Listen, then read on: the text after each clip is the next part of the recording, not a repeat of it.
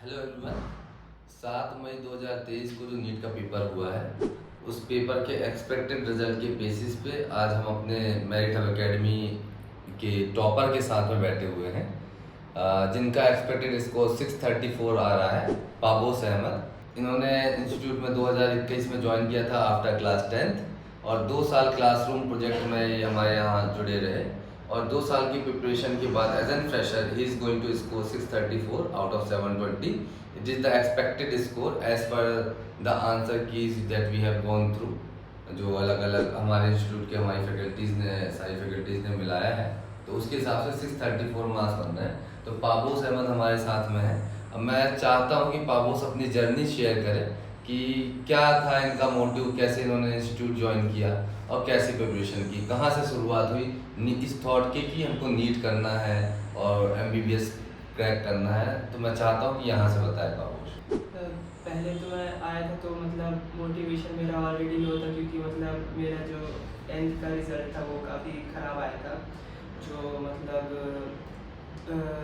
Half yearly के basis पे दिया गया था। तो उसकी वजह से मेरे को दोबारा से 10th का एग्ज़ाम देना पड़ा। तो मेरा मोटिवेशन ऑलरेडी काफ़ी लो था। बाकी मतलब सब टीचर्स ने मोटिवेट किया और मतलब काफ़ी सपोर्ट था टीचर्स का, फ्रेंड्स का। तो मतलब मैंने जैसे तैसे करके उस चीज़ को ओवरकम किया और उसके बाद मतलब अपनी प्रिपरेशन कंटिन्यू की। मतलब 11th में तो काफ़ी मतलब मैं स्लो था, मतलब क्योंकि 10th तक मैं काफ़ी ज़्यादा नहीं पढ़ता था, मतलब थोड़ी बहुत पढ़ लिया, आधा 1 घंटा हो गया। बाकी यहाँ पे मतलब एटलीस्ट 6 आवर्स मतलब सर बोलते थे और करने की कोशिश करता था। और फिर धीरे धीरे 12th में आते आते तक जाने लगा 6 आवर्स, तो मतलब धीरे धीरे इम्प्रूव किया और उसके बाद जाके ठीक था ओवरऑल। हाँ। सो पहली बार जब 10th में आपका हाफ ईयरली के बेसिस पे रिजल्ट आया था, तो वो कितना बना था पाबोस? पहले था 56%। 56%। और उसके बाद फिर तुमने 10th का एग्जाम दिया रिटर्न, क्योंकि कोविड की वजह से कॉमन रिजल्ट आ गया था। हाँ। फिर ये था कि जिनको जो सेटिस्फाइड नहीं और एग्जाम देते, हाँ। तो आपने एग्जाम दिया। किस किस सब्जेक्ट का एग्जाम दिया? मैंने मतलब हिंदी इंग्लिश का नहीं दिया था क्योंकि वो ठीक ठाक था, मतलब बाकी सोशल साइंस का और मैथ्स का एग्ज़ाम दिया था मैंने। और मैथ्स स्टैंडर्ड थी तो मतलब फिर भी ठीक ठाक था। तो उसके बाद कितना रिजल्ट बना? उसके बाद मेरा बना था 78%। 78%, है ना। और अभी नीट 2023 में 634 आउट ऑफ 720। तो ये जो इंटरव्यू हम रिकॉर्ड कर रहे हैं, ये तो इस बात को बताने के लिए है ही कि मेरिट हब में कैसी प्रिपरेशन हो रही है, बच्चे कैसा परफॉर्मेंस दे रहे हैं। अप्रॉक्सीमेटली हम लोगों ने 12 बच्चों को तैयार किया था इस साल। स्ट्रेंथ काफ़ी कम थी। उसमें से 4 बच्चों का होप है कि वो गवर्नमेंट MBBS एग्जाम्स को सीट को क्रैक कर ले जाएंगे। 2 बच्चों का तो कंफर्म है, पाबोस का कंफर्म है और प्रीति का कंफर्म है। और भी बच्चे अभी आते जाएंगे, उनके इंटरव्यूज़ भी आएंगे। और 2 बच्चे यशवी जगवानी लगभग वो कंफर्म पे है, लेकिन क्योंकि मार्जिन में है, और शुएब उसका भी मार्जिन में है। तो इधर अगर MBBS नहीं मिलता किसी वजह से, सब फ्रेशर बच्चे हैं, तो मे बी एक ड्रॉप में वो क्लियर कर ले जाएंगे या BDS चूज़ कर सकते हैं। तो बहुत अच्छा परफॉर्मेंस रहा ओवरऑल। लगभग 33% सिलेक्शन गया गवर्नमेंट MBBS के लिए हमारे यहाँ से जाएगा। तो ये अपने आप में एक इंस्पायरिंग जर्नी होती है कि 10th तक एक बच्चा बहुत कम पढ़ाई करता है, 10th में पहली बार में जो रिजल्ट आता है कोविड की वजह से वो 56% आता है। फिर उसमें गवर्नमेंट अलाउ करती है कि आप एग्ज़ाम देके इम्प्रूव कर सकते हैं। तो बहुत से बच्चों ने तो एग्ज़ाम ही नहीं दिया। इसने बात की, फिर एग्ज़ाम दिया तैयारी करके, 78% वहाँ से 56 से पहुँचा।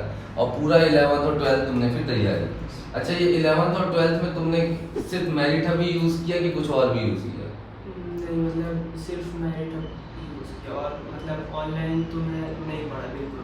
ऑनलाइन नहीं किया। अच्छा, एक चीज़ ये पाबोस जेन्युइनली हम आपसे को समझना चाह रहे हैं कि आप सजेशन क्या देंगे कि 10 सोर्सेस यूज़ करना चाहिए या कोई एक स्टैंडर्ड सोर्स करो जहाँ से सब स्टैंडर्ड कंटेंट आपको मिल जाए? कोई भी सोर्स हो, एक ही यूज़ करें। मतलब कोई भी सोर्स हो वो आपकी चॉइस है, बाकी सोर्स एक ही होना चाहिए, क्योंकि मतलब हर टीचर का पढ़ाने का मतलब सेम ही चीज़ है, बाकी तरीका अलग अलग होता है, तो उससे कंफ्यूजन हो सकती है। कंफ्यूजन हो सकता है। तो आप एक स्टैंडर्ड फैकल्टी, एक स्टैंडर्ड इंस्टीट्यूट पकड़ लीजिए, ऑनलाइन पकड़िए, ऑफलाइन पकड़िए। ये हम लोग भी शुरू से कहते हैं कि आप जो है एक जो सोर्स है उसको ले लीजिए और उस पर लगातार उन्हीं के हिसाब से मेहनत करिए। उनके करिकुलम को फॉलो करिए ताकि मैक्सिमम आउटपुट हो। क्योंकि जितने भी अच्छे इंस्टीट्यूट हैं या जो भी ऑर्गेनाइजेशन है, चाहे वो ऑनलाइन हो चाहे वो ऑफलाइन है, सभी का पर्पस यही होता है कि मैक्सिमम सिलेक्शन हम दे सकें। बहुत स्टैंडर्ड टीचिंग सारे लोग करते हैं, तो अगर प्रोटोकॉल को और बातों को मान के चले तो मेरे को लगता है कि सिलेक्शन लेना आसान होता है। अच्छा बाबू, मेरिट हब में क्या ऐसा एडवांटेज लगा कि हाँ इस फैक्टर की वजह से मैं सब मेरा जो स्कोर है एक 56% से शुरू करके मैं अभी 634 पे हूँ, और होप करते हैं कि 90 प्लस आपका 12th बोर्ड एग्जाम में भी आ जाएगा। तो इसके लिए क्या आपका मतलब ऐसा कौन सा फैक्टर थे, कुछ एक दो फैक्टर जिनकी वजह से लगता है कि हो जाएगा? सर मतलब पहले तो टीचर्स काफ़ी सपोर्टिव थे, मतलब शुरुआत से ही मोटिवेट किया, मतलब ऐसे नहीं कि मतलब मेरे 10th का रिजल्ट देख के कोई भी बोल देता कि मतलब सिलेक्शन लायक बच्चा नहीं है, बाकी हर बार मोटिवेट किया टीचर्स ने, फ्रेंड्स ने। और मतलब एक चीज़ ये है कि जो टीचर्स हैं यहाँ पे टीचर्स की तरह नहीं रहते, फ्रेंड्स की तरह रहते हैं, तो उससे जो मतलब मे भी किसी बच्चे को अगर हेजिटेशन होती है टीचर से तो वो चीज़ पूरी तरीके से ख़त्म हो जाती है। तो मतलब वो काफ़ी अच्छा था मेरे लिए। और मतलब मैं इससे पहले तक टीचर से काफ़ी कम इंटरेक्ट कर पाता था, मतलब कॉन्फिडेंस इश्यूज़ वगैरह, बाकी यहाँ पे मेरे को ऐसा कुछ फील नहीं हुआ। और जो सेल्फ स्टडी का टाइम वगैरह है वो चीज़ बहुत अच्छी लगी, क्योंकि मैं घर में मेरे पढ़ने की आदत बिल्कुल नहीं थी, तो मैं जितना भी पढ़ा हूँ वो सिर्फ यहाँ के सेल्फ स्टडी टाइम पे ही पढ़ा हूँ, तो वो चीज़ बहुत बड़ा सपोर्ट थी मेरे लिए। अच्छा ये बताओ बाबू, जैसे बहुत से बच्चे होते हैं लो स्कोर करते हैं 10th में या 12th की बाद प्रिपरेशन शुरू करते हैं, तो ये नीट का जो ऐसे आप पर्सनली आपका भी एक डिसेंट स्कोर आ रहा है, तो क्या सजेशन है कि ऐसे बच्चों के लिए सबसे बड़ा की फैक्टर सक्सेस गेन करने के लिए आपके हिसाब से क्या होना चाहिए?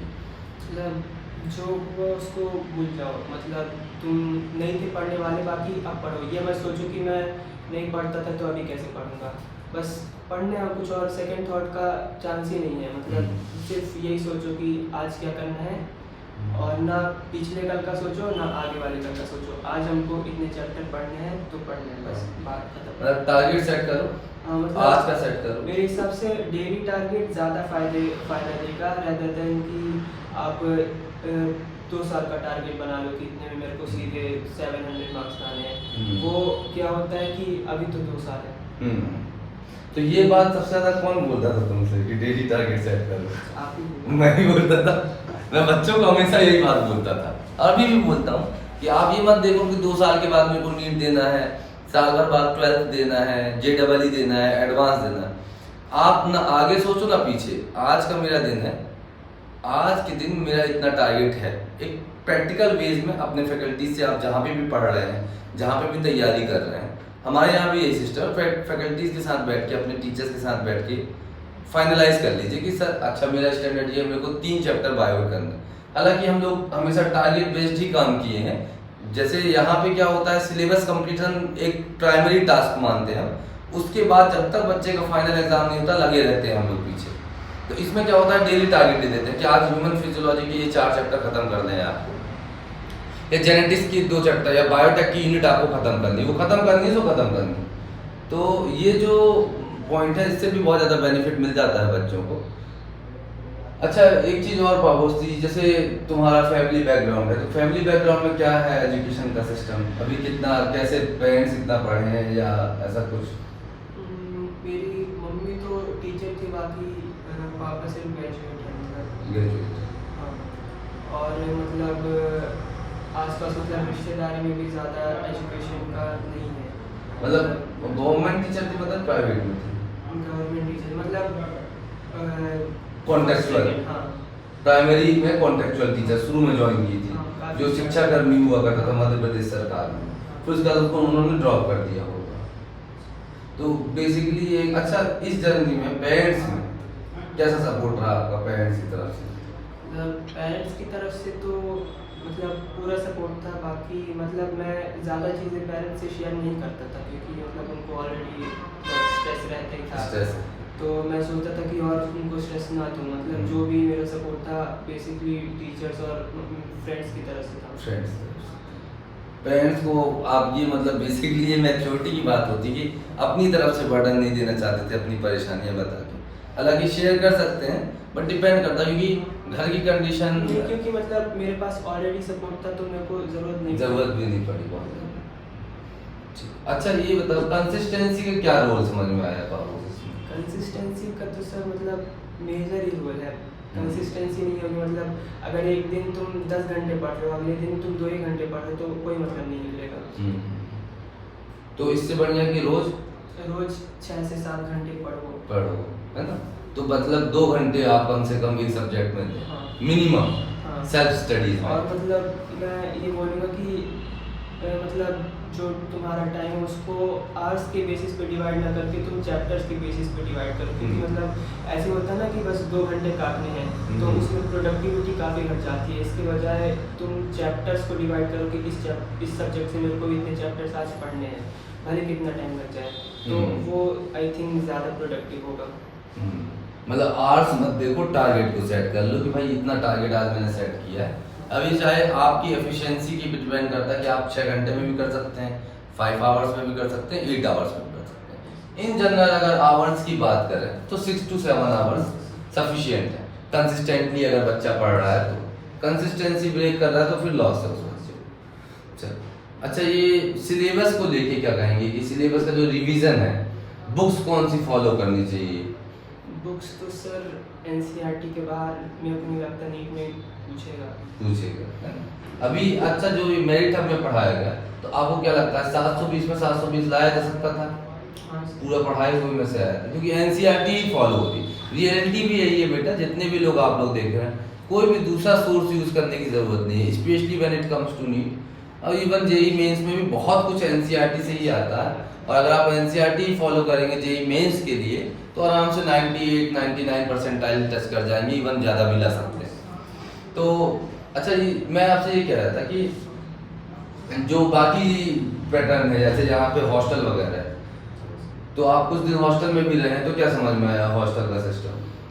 लास्ट में मैं जब हॉस्टल में आया था, क्योंकि मतलब मेरे को प्रोडक्टिविटी और थोड़ा इंक्रीज करनी थी, तो मतलब काफ़ी सही था। घर में मैं मतलब अप डाउन करता था तो उससे मेरा टाइम वेस्ट होता था, वो पहले तो बचा। दूसरी बात कि मैं रात में भी पढ़ने लगा, मतलब पहले मैं क्या करता था, यहाँ से जितना हुआ पढ़ा, उसके बाद घर जाके मतलब यूज़ कर लेते थे। बाकी यहाँ पे हॉस्टल में भी सभी पढ़ते थे तो उस वजह से प्रोडक्टिविटी लास्ट क्लास में मेरी कम कर गई। अच्छा अभी तक 2022 तक इंस्टीट्यूट, 2023 हाफ सेशन तक पाली में था। शहडोल के इंस्टीट्यूट और पाली इंस्टीट्यूट दोनों को आपने देखा, तो शहडोल ब्रांच में क्या चेंजेस लगे पाली से? पहले तो काफ़ी सारी नई फैसिलिटीज़ हैं और मतलब इंटरैक्टिव पैनल्स वगैरह हैं, तो उससे ऑब्वियसली हेल्प मिलेगी। और जो टीचर्स हैं, और यहाँ पे क्या है कि पहले तो मैं यहाँ पे रहा नहीं ज़्यादा, बाकी जो क्लासेस हैं वो ज़्यादा वो है मतलब बड़ी हैं और स्टूडेंट्स काफ़ी ज़्यादा हैं, तो ऑब्वियसली अच्छा ही होगा। तो होपफुली कि देखते हैं अभी जो एक्सपेक्टेड स्कोर है उसमें कितना प्लस या माइनस होता है। उम्मीद तो यही है कि बच्चे का स्कोर और ऊपर जाएगा, एंड वी आर होपिंग कि he will get some any of the AIIMS or other that government medical college Indore. तो देखते हैं कि बच्चे का भविष्य क्या रहता है, अपडेट आपको मिलता रहेगा, है ना। And this is a motivation for all the students कि फाइनेंशियल बैरियर्स हों या आपके जो नॉलेज का बैरियर है या आपने पहले मेहनत नहीं की है उस चीज़ का बैरियर होता है, इन सारे बैरियर्स को तोड़ के इस बच्चे ने प्रूव किया है ना, कि आपके पास अगर आपके दिल में चाह है ना, तो बात ये नहीं है कि यहाँ पे मेरिट हमने सपोर्ट किया या किसी और ने किया, कोई ना कोई आपको मिल जाएगा क्योंकि आप चाहते हैं ना, है ना। बहुत से बच्चे होते हैं जो कोई ना कोई कहीं ना कहीं से रास्ता निकल जाता है। कितने बच्चे होते हैं ऑफलाइन इंस्टीट्यूट नहीं मिल पाते तो ऑनलाइन से बहुत अच्छा परफॉर्म कर लेते हैं। हालांकि ऑनलाइन में भटकने का बहुत ज़्यादा चांस रहता है, डाइवर्ट हो जाने का बहुत ज़्यादा हैवी चांस रहता है। तो और सजेशन तो हमारी तरफ से भी ये है कि अगर किसी को ऑनलाइन वर्सेस ऑफलाइन चूज़ करना हो, अगर रिसोर्सेस आपके पास में है तो आप एक अच्छा ऑफलाइन इंस्टीट्यूट ज्वाइन कर सकते हैं। रिसोर्सेज नहीं है, फाइनेंशियल कंस्ट्रेन है, तो ऑनलाइन में भी सफिशिएंट कंटेंट मिल रहा है आपको। रियलिटी तो ये है बेटा कि अगर जेन्युइन सिलेक्शन लेना हो तो आपको किसी भी इंस्टीट्यूट को ज्वाइन करने की ज़रूरत नहीं है। आपके पास में आज के टाइम में एक स्टैंडर्ड स्मार्टफोन या डिवाइस होना चाहिए, नेट कनेक्टिविटी होनी चाहिए, इतना कंटेंट नेट पे पड़ गया है फ्री में कि आप इजीली क्रैक कर सकते हैं। बट नो डाउट एक मेंटर की ज़रूरत होती है, गाइडेंस की ज़रूरत होती है, रिसोर्सेज होते हैं, तो बेस्ट फैसिलिटीज़ को अवेल करना चाहिए, है ना। तो आप इसके बारे में क्या कहना चाहते हो तुम कि बच्चे को ऑनलाइन जाना चाहिए, ऑफलाइन जाना चाहिए, इसमें क्या ओपिनियन है आपका? या सेल्फ स्टडी में जाना चाहिए कि भाई कोई पेड कोर्स किसी तरह का मत लो? सर मतलब जो अगर मेरे जैसे बच्चा है तो उसको बिल्कुल ऑफलाइन आना चाहिए, क्योंकि मतलब मैं जैसे स्टार्टिंग किया तो मेरे को कुछ नहीं पता था कि क्या होता है, कैसे होता है, कितना कितना पढ़ना चाहिए।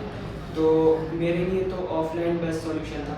लेकिन अगर आपको पता है, अगर आप एक बार कर चुके हो तो आपको पता है कि कितना पढ़ना है, अगर आप सेल्फ डेडिकेटेड, सेल्फ मोटिवेटेड है तो आप ऑफलाइन में भी अच्छा कर सकते, ऑनलाइन में भी अच्छा कर सकते हो। मतलब ये चेक कर लीजिए कि कहीं डाइवर्सन ना हो, बस, है ना। चल, तो इसी के साथ में वी आर विशिंग पावोस very best of luck for his future. और अभी आने वाला जब रिजल्ट फाइनली डिक्लेयर होगा तो फिर उसके बाद एक फर्दर इंटरव्यू आएगा सेलिब्रेशन का, तो उस वक्त में फिर then we shall be giving some gift to the boy, hoping for the best. Thank you very much.